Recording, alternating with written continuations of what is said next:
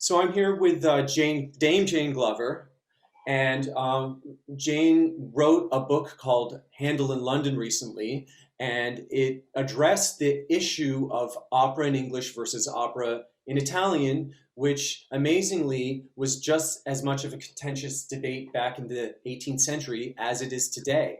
So, Jane, it was really fascinating to read the book, and I know it's not about Wagner, but I think it speaks to that same question of the place of opera in English in our world today. And I'm just curious, in general, how does your experience change working with the works of Handel, the oratorios of Handel that are in English, versus the operas of Handel, which are for the most part in Italian? How is your connection with the drama change depending on which language they're being performed in?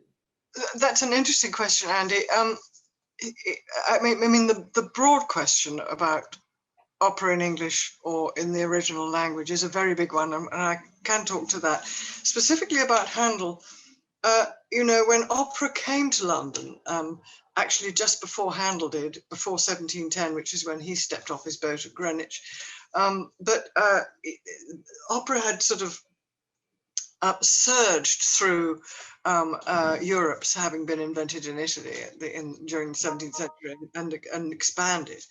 And, in Germany, they loved doing opera in Italian, and in France, they sort of did their own thing, as always. It didn't really take on in the UK here. I think for a couple of reasons. We're not very good linguists in this country, and very few people would have understood what was going on. But also there's I mean, this applies to many countries, of course, but particularly here, I think, that our theatrical tradition is so much of the spoken word and the distinction of our theatrical tradition, particularly if you think of, the 16th century and beyond.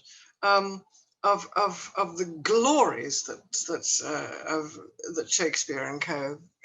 Contributed to the whole world of drama, and that is something that we absolutely excelled at. And so suddenly to have sort of try and tell these stories in music felt a little alien to them, to the British audiences and the British artists too. And people tried with all sorts of compromises. That you would have sort of two stories told at once, one in verse and the other in music, and then you would interleave. I mean, absolute mess, an absolute mess. And as one commentator said in the early 18th century, or maybe the late 17th century, that some come for the music and hate the drama, and some come for the drama and hate the music, and scarce is anybody satisfied. So, and then people tried to write operas in English or translate operas and put those on, and a couple of those did quite well, but not enough. And I think what changed was not just that good singers started to arrive in London who were Italian and frankly sang in Italian, and because if they sang in English, nobody could understand a word anyway. And then this genius, this whirlwind called Georg Friedrich Handel turned up and could just write these amazing scores, and people wanted to work with him. But there was almost instantly, his first success was this opera Rinaldo. And almost immediately, although it was the smash hit of the early 18th century, there was almost immediately a faction of protest saying, why is this in Italian? And shouldn't we be doing our own stuff? Okay, well, do it then, but nobody did. Interestingly, there were the 18th century equivalent of surtitles, in that people had word books with the Italian on one side and an English translation on the other. So if you really did want to follow the story, you could. And there are wonderful copies in libraries and things where you can see that there's candle wax on them. So people were actually following these stories. But because of this a little protest, which got quite vicious actually in the press, you can tell that Handel is thinking all the time about, well, maybe we should be writing in English. And when there was a gap in his Italian opera writing towards the end of the 17 teens, 1718, 1719, when there was no opera in London, and he was living outside of London in a gorgeous, stately home, where he was sort of in a pastoral environment, but with wonderful musicians at his disposal. And he clearly starts to think about setting the English language. And two things he wrote there, not particularly with any, apart from some anthems, church anthems, which we now know as the Chandos anthems, because it was for Lord Chandos who was employing him, which are, you know, psalm settings and biblical words, which are great, and he set them very well. He also set two texts. One was Acis and Galatea.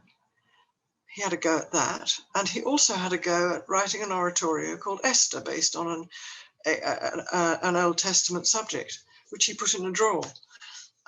And I think he probably did perform Acis and Galatea in the middle of the country, but he certainly revived it later.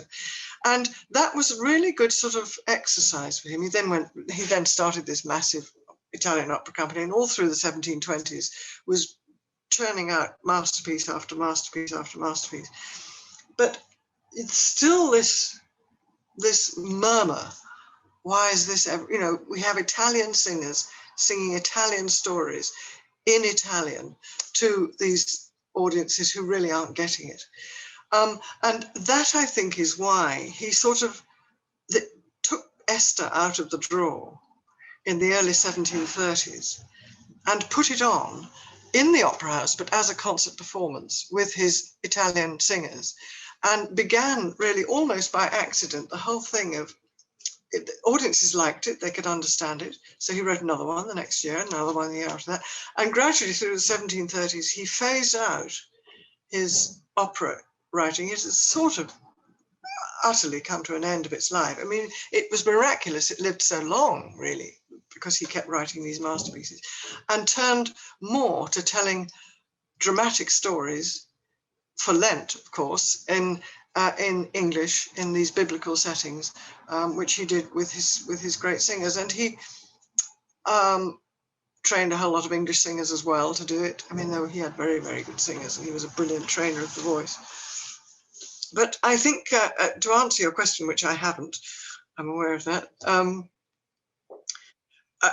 I think Handel is a brilliant dramatist in whatever language or whatever convention. I mean, the opera seria convention is actually very stultifying, you know, da capo aria after da capo aria, linked with recitative. I mean, inevitably a da capo aria goes back on itself, so everything stops. There's no question of everything developing.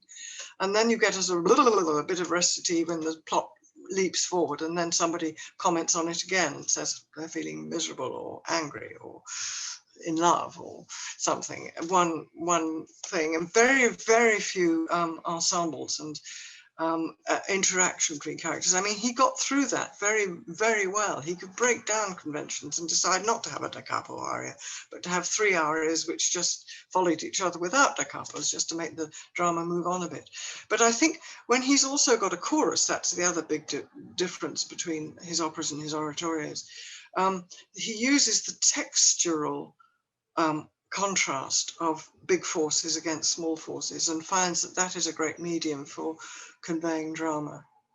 But I mean, this age-old question of opera in the vernacular or opera in the original language is an argument. I sit firmly on the fence on this, because I can see both sides of the argument. I hate the idea that people are coming to see an opera and not understanding it, are just letting it wash over them. I've had so many people say that I didn't really understand it, so I just let the music wash over me. Well, I'm sorry, that's not good enough. And it's not what we're doing. When we make such an effort to tell the stories, I mean, this whole argument, prima le parole, poi la musica, first the words and then the music. I'm very much that sort of conductor, as you may know, Andy. I always work from the text, and I always, insist that we make the text read in whatever language we're doing. And so, it's a big argument. On the other hand, there is no substitute for the sounds and the colors and the line of the language in which the composer originally wrote. So as I say, I sit firmly on that fence, and I'm happy to do, for instance, the St. Matthew Passion. I've done that in English, because if people don't understand that story, then really why come? On the other hand, it's great to do it in German, because his word setting is just so perfect.